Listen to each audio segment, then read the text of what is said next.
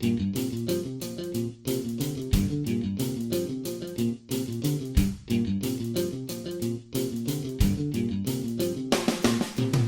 everyone to a new episode of the Rook Lab podcast. My name is Volin Ivanov and I am a licensed psychologist and a PhD student running the Hoarding project at our lab. Today we will have a podcast about obsessive compulsive disorder, which is actually the main focus of our research lab. With me, I have Dr. Helen Blair Simpson, who is a professor of clinical psychiatry at Columbia University, and she is also the director of the Anxiety Disorders Clinic and the Center for OCD and Related Disorders at the New York State Psychiatric Institute. Now, Dr. Simpson, I think many of our listeners know a little bit about obsessive compulsive disorder, but I would still be very interested in hearing what you have to say about the definition of obsessive compulsive disorder. So what do you think obsessive compulsive disorder is? Well, the most important thing, I think, to highlight is that OCD is a disabling disorder. And I think this surprises people. So the lifetime prevalence is 2%. So that's the lifetime prevalence of schizophrenia is 1%. Yeah. So OCD is more common than schizophrenia. Half the cases start by age 19, with a quarter of the cases by age 14. So what it means is it often can start in childhood or adolescence. The course is typically chronic with a waxing and waning course. There's some people might have more episodic OCD, some people may have a deteriorating course, but a typical course is chronic with waxing and waning symptoms, which means once you get the disorder, you're going to have it often for a long time. And when you have the disorder, the symptoms are often moderate to severe in intensity. So if you add that all up, the prevalence, the age of onset, the course, and the severity of the symptoms, you can see that OCD is a disabling illness. Now that doesn't tell you though what the symptoms are. Yeah. So the symptoms of OCD, it's characterized by obsessions and compulsions, just like it's in its name. Yeah. And obsessions are intrusive thoughts, images, or impulses that repeatedly enter someone's brain. The thoughts and these obsessions are distressing, and the person doesn't want them. That's on the obsession side: repetitive, intrusive, distressing. And the important thing is that they're not just thoughts; they can be images or impulses as well. So, for example, I worked with someone a long time ago who had coffins pop into his head all day long as an image, and that was his obsession. The other part of it is compulsions, which are repetitive behavioral acts or mental rituals that the person does over and over again, usually in response to an obsession or sometimes in response to rules that must be rigidly followed. And the important points there are, it can be a behavioral act. So, for example, someone can have intrusive obsessions about contamination, and that can lead to compulsions of washing. So that would be a behavioral act. But compulsions can also be mental. And what I mean by that is the person who had, for example, the obsessions of the coffin popping into his head, he would have a mental ritual where he would bring up a positive imagery of his family at Sunday night dinner or being on the beach as a way to try to neutralize the scary image of the coffin with a positive image of his family. And that I would call a mental ritual. Very importantly, all of us have funny little intrusive thoughts from time to time, and many of us have habits, which we could call rituals. That isn't OCD. OCD is when you have these obsessions and compulsions that are highly distressing, time-consuming, usually more than an hour a day, and many of my patients have them hours a day or all day long, and that lead to functional impairment in your life, in whatever functioning you have. I guess the other thing to say about OCD is while everybody has obsessions and compulsions, and the vast majority will have both, and there'll be this relationship between them, the content of them can vary just hugely. And so the content of them has been, but there are sort of certain common themes. So one of the themes I've already mentioned would be a contamination theme. And again, many different ways of contamination. I could regale you with stories about all the different forms and ways that contamination could be, but contamination is a large theme. fears about contamination with rituals to reduce the risk of contamination. Another big theme is harm befalling yourself or someone else, with rituals to reassure yourself that that harm didn't actually happen. Another large theme is what you call symmetry or exactness, and these are people who need to have things just so, and they might have a lot of ordering and arranging rituals. Another theme are taboo thoughts, sexual or religious images or thoughts that the person really doesn't want. And a final theme is hoarding behaviors that can also be part of OCD, but must be distinguished from hoarding disorder. Yes, very important, of course.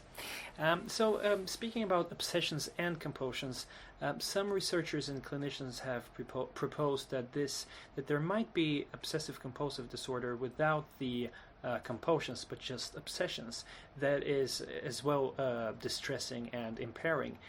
Would you agree that, or have you encountered this type of OCD in your clinical practice or in your research? So this has been called the Pure Obsessional OCD. And here's what I would say, which is when you look at people with OCD who show up at expert sites and you evaluate the proportion of people who have obsessions only or compulsions only using a structured rating scale like the Yale-Brown Obsessive Compulsive Scale, in fact, only a tiny percentage of those patients will have obsessions only or compulsions only. And the vast majority, over 90%, will have both obsessions and compulsions.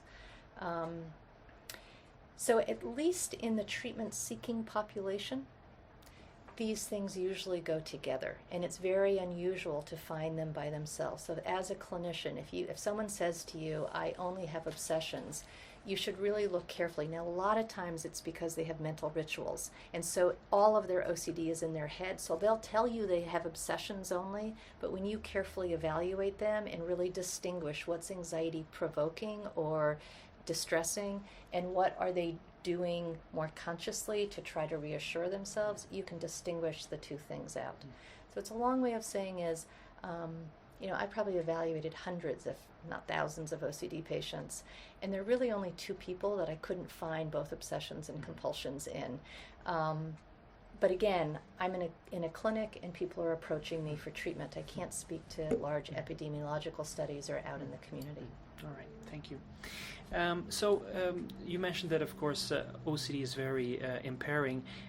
Are there any good treatments? I suspect that there are, but what types of treatments are there that could target this disorder in an effective way? So there are two types of treatments that we use as first-line treatments for OCD. One is treatment with a class of medications called serotonin reuptake inhibitors, because one of their primary places of action is on a protein in the brain called the serotonin reuptake inhibitor, and that's why they're called that.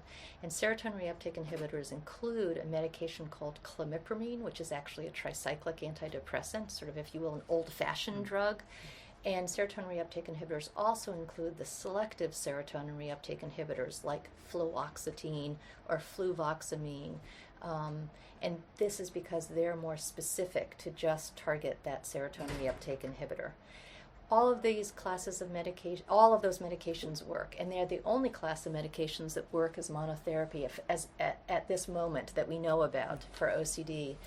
Typically, they take 6 to 10 weeks to work. Typically, you need a very high dose, and most commonly, what they do is they reduce symptoms in most people. They do not take all the symptoms away. So we usually like to say maybe 40 to 60% of people will respond to the medication, but it leads to response, not remission, by which I mean, no symptoms left. Mm-hmm. So a common thing with these medications is relief, but not resolution of the disorder. The other treatment that we use in OCD as a first-line treatment is cognitive behavioral therapy, and of a very particular type, exposure, and it's been called a lot of things: exposure and response prevention, exposure and ritual prevention. That's the variant of cognitive behavioral therapy that has the best database behind it. And that's a treatment where you work with a patient to identify all their obsessions as well as all their compulsions, and you really want to know what's their obsession versus their compulsion, because you're going to use that in the treatment. You often also try to identify what do they fear. Like if they didn't do their ritual, so what? What do they fear would happen? Or when they get that thought in their head, so what? What's the worst possible outcome? So, for example, the person with contamination fears, one person might particularly fear, getting HIV disease and dying from HIV disease, for example. And then what you do is you build a treatment where you work with them so that they stop doing their rituals. And the goal is really complete ritual prevention, although that's very hard for people to achieve. But if they slip into a ritual, you work with them to, if you will, spoil the fact that they've done the ritual. So ritual prevention is a really key component of the treatment. And while they're not doing their rituals, you as their therapist or on internet CBT programs, walk them through doing very targeted exposures of the things that trigger their obsessions, and you want to hold them in that place where they're not doing their ritual until the anxiety or the distress comes down all on their own. You're both teaching them how to tolerate the anxiety and distress, and you're also trying to teach them, if the anxiety and distress comes down on its own, that in fact the situation doesn't have to generate anxiety and distress. So as you can imagine, this is like a very difficult treatment for people to do. It can be highly anxiety provoking, and the irony of it is you have to walk with them through the anxiety to get on the other side. On the other hand, in people who can adhere to the treatment, when the treatment's well done, when it's well designed, it can be wildly successful for people. So, maybe 60 to 70% of people, maybe 80% of people who undertake this treatment can get a response, and closer to half of people may actually get minimal symptoms. And again, a big important part here is how well people adhere. And is there is the combination of these two different treatments possible? Absolutely. So we've done a series of studies in collaboration with the Center for Treatment and Study of Anxiety with Dr. Edna Foa over a number of years, and have looked exactly at these questions. Is monotherapy different than combined therapy? And the bottom line of those studies are, in OCD patients who don't have a lot of comorbid conditions, who are not currently depressed, that either the medication, in that case, in that study it was clomipramine, or the exposure therapy, in that study delivered intensively 5 days a week for 3 weeks, both those treatments beat pill placebo. Interestingly, the therapy on a number of measures beat the medication alone.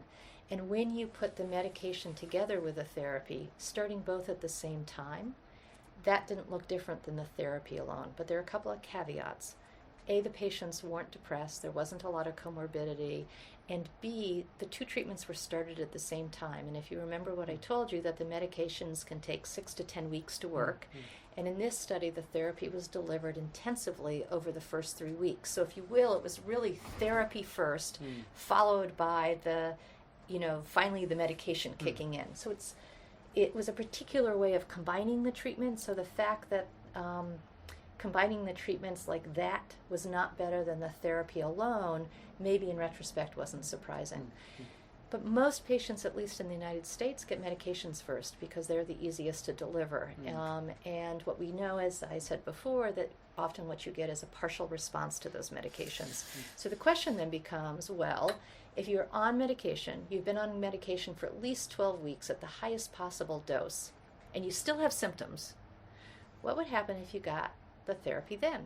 And so that was the second study we did. And if you get the therapy, the exposure and ritual prevention therapy, then absolutely you can have a nice reduction of symptoms, and another group of people will actually then achieve remission. And we've actually done that study a third time now, comparing augmenting with medication with this particular form of cognitive behavioral therapy, or augmenting it with an antipsychotic medication called risperidone, and those data are just about to be published. And the bottom line of it is augmenting with cognitive behavioral therapy, augmenting serotonin reuptake inhibitor medication with cognitive behavioral therapy is much better than adding antipsychotic medication in the study that we did. Again, I think always with these studies, there's certain caveats, certain things you need to keep in mind. Those were patients, again, who had been stabilized on their serotonin reuptake inhibitor medication for at least 12 weeks at the highest maximum dose. And there are people who, in general, reported some response to their serotonin reuptake inhibitor, even though they still had a lot of symptoms. So in that type of patient, adding cognitive behavioral therapy, this particular type, exposure and ritual prevention, much better than adding risperidone alone. So, thank you very much. That was my last question for today. I really want to thank you for taking the time for this, and I would also like to thank our listeners for tuning in, and don't forget to follow us on rooklab.com, where you can read about our latest research endeavors and also follow this podcast series. Thank you, and bye-bye.